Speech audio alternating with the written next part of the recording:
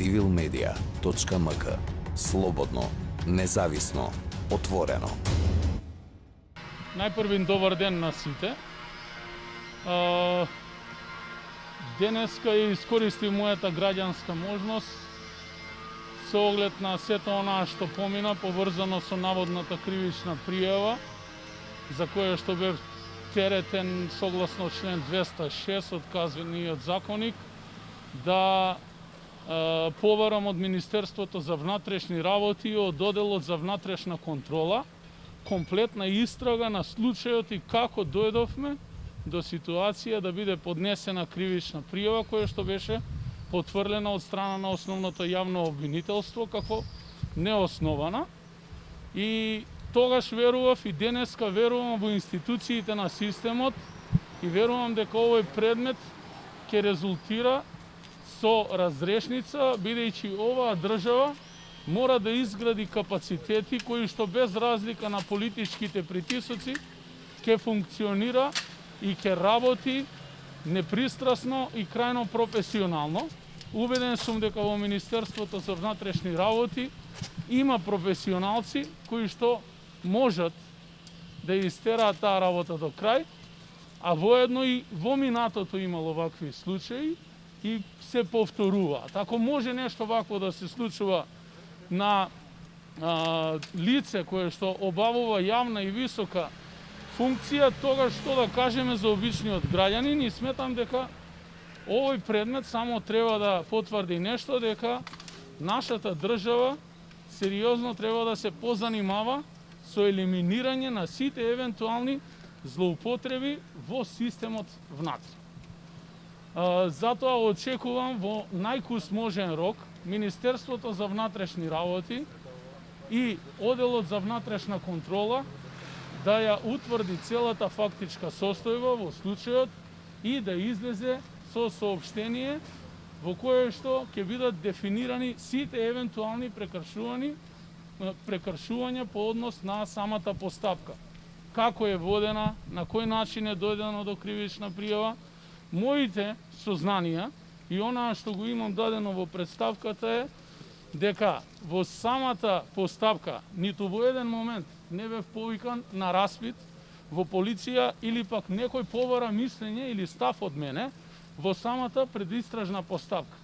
Во самата постапка има прибирано документација од личен карактер од страна на представници, полициски службеници, а знаете, тоа јавно го обелоденив дека во самата постапка дел од податоците кои што беа прибрани од страна на други надлежни органи, конкретно значи инспекторатот санитарен и здравствен, беа изнесени во јавноста и за тоа ќе следува соодветна кривична пријава од моја страна веднаш по завршувањето на мојот адвокатски тим и изготвување на кривичната пријава против господја Бухова Сотирова. Повелете дали имате прашања. Градоначалниче, значи имаше пресконференција кога соопштија дека завршила истрагата, токму Бухова објаснуваше, го раскажа текот на денот. Каков бил за денот за кој што вас ви беше поднесена кривична пријава, дека сте го напуштиле домот, дека имало злоупотреба уитната помош да ве донесат у Скопје, не сте пријавиле на време. Може ли вие да ни кажете што се случуваше тој ден? Како беше денот? Се јавивте во полиција, не се јавивте, пријавивте, суитна помош одевте, сами сте го изнајмиле, не сте го изнајмиле. Како беше тој ден? Значи, согласно нападствијата, кои што секој ковид позитивен кој што е ставен со решение во самоизолација, јасно и гласно е наведено во самото решение како се постапува. Се пријавува на 192. Јас го испочитував тоа, а исто така и членот Горан Стојановски на штабот. Пријавивме на 192, добивме повторен повик од нивна страна да не прашаат, имавме обезбедено ковид возило, а Законот за здравствена заштита и правото на пациентите секогаш дава право на второ мислење на секој од нас. Сите ние боледуваме и од дополнителни болести и имаме право во време на оваа состојба да вршиме дополнителни испитувања. И токму тоа е една од причините, а со оглед на фактот дека поминавме низ еден период каде што под знак прашање беа ставени легитимитетот на тестовите кои што ги добивме, се посомнемавме во тестовите и направивме дополнително испитување на кои што испаднавме негативни на тестовите, а дополнително и другите членови кои што се тестираа од штабот со услуга да бидат тестирани дома, бидејќи дополнително се воведе таа услуга од одредени приватни здравствени институции, излегоа негативни на тестовите, со што се става комплетен сомнеш во сето тоа што на нас ни се случи. Но како и да е, оваа постапка се однесува во делот на работењето на полициските службеници.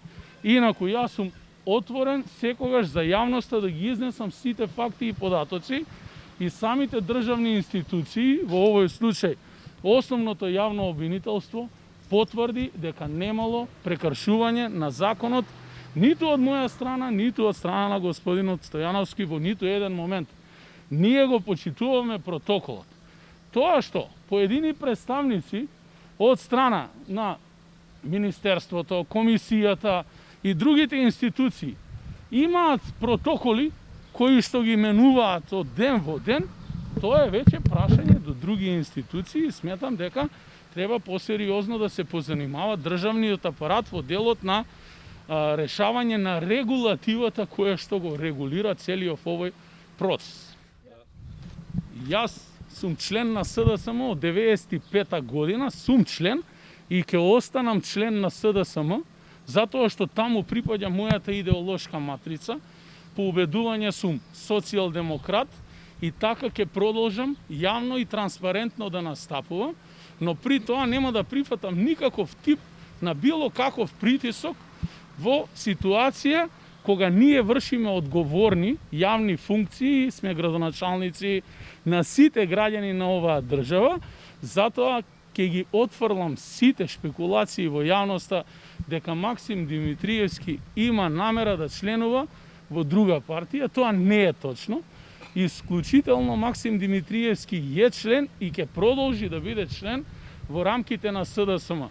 Секој од нас има право на свој став, свое мислење, затоа сум се зачленил во СДСМ, бидејќи е демократски политички субјект и ќе се борам да остане таков каков што бил од моментот кога сум се зачленил во него. Па колку што јас сум запознаен, истрагата ја има работено СВР со дополнителен ангажман на инспектори од МВР, кој и како ја има водено истрагата, јас не знам, тоа е службена документација, ќе покаже самата истрага.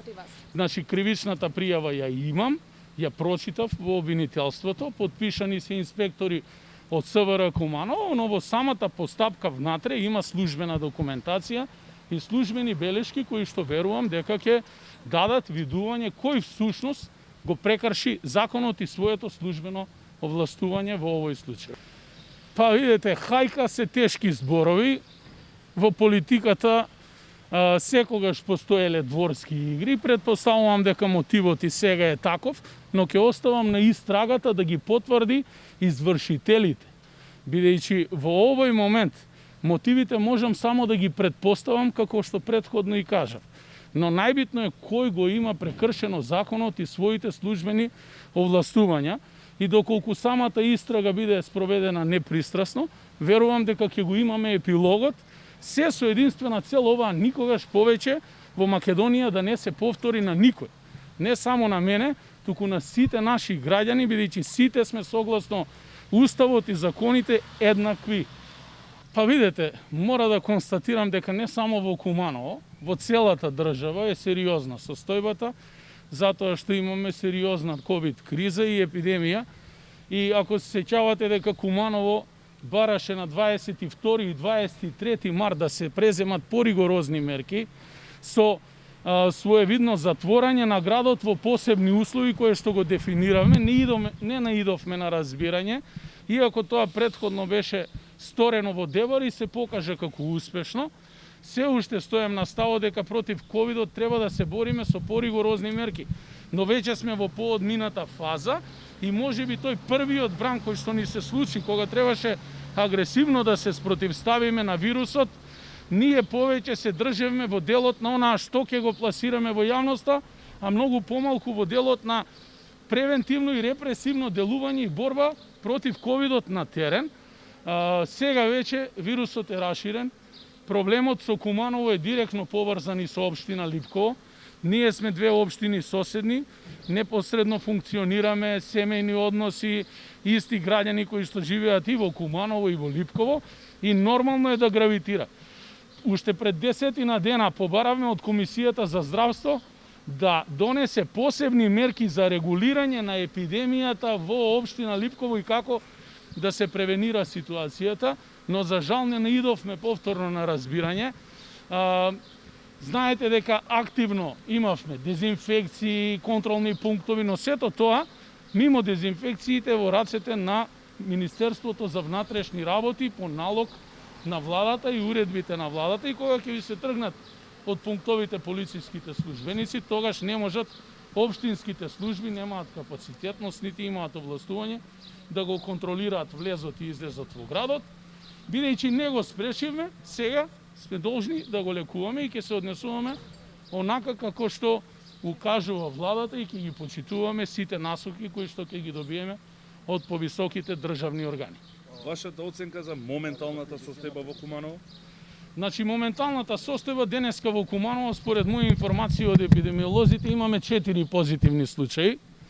Порака и до мои кумановчани, но и до сите граѓани е да ги почитуваме мерките, да одржуваме минимум социјална дистанца, да носиме заштитна опрема и онаа што е најбитно, да избегнуваме големи групирања на граѓани за да се намали можноста за пренесување на вирусот.